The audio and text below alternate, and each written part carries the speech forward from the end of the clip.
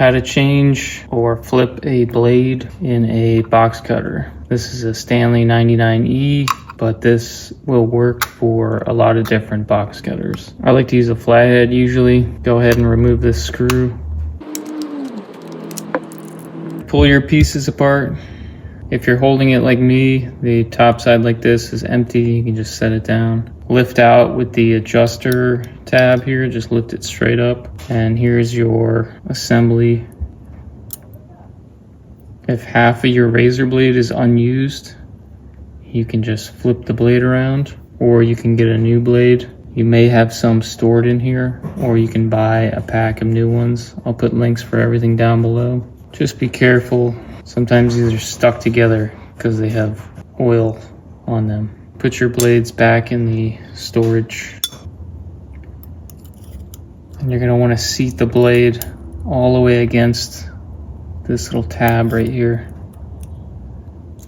And it usually takes a little click down, but make sure it's flat and fully seated.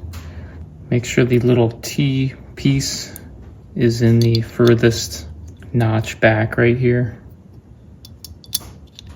That way you don't have any tip showing when you go to put the pieces back together. You can see there's little tabs right here. They're gonna slide into the other half of the housing. Put it down first. Put your screw back in. And put a little silicone spray or oil on these screws. They tend to get really dry.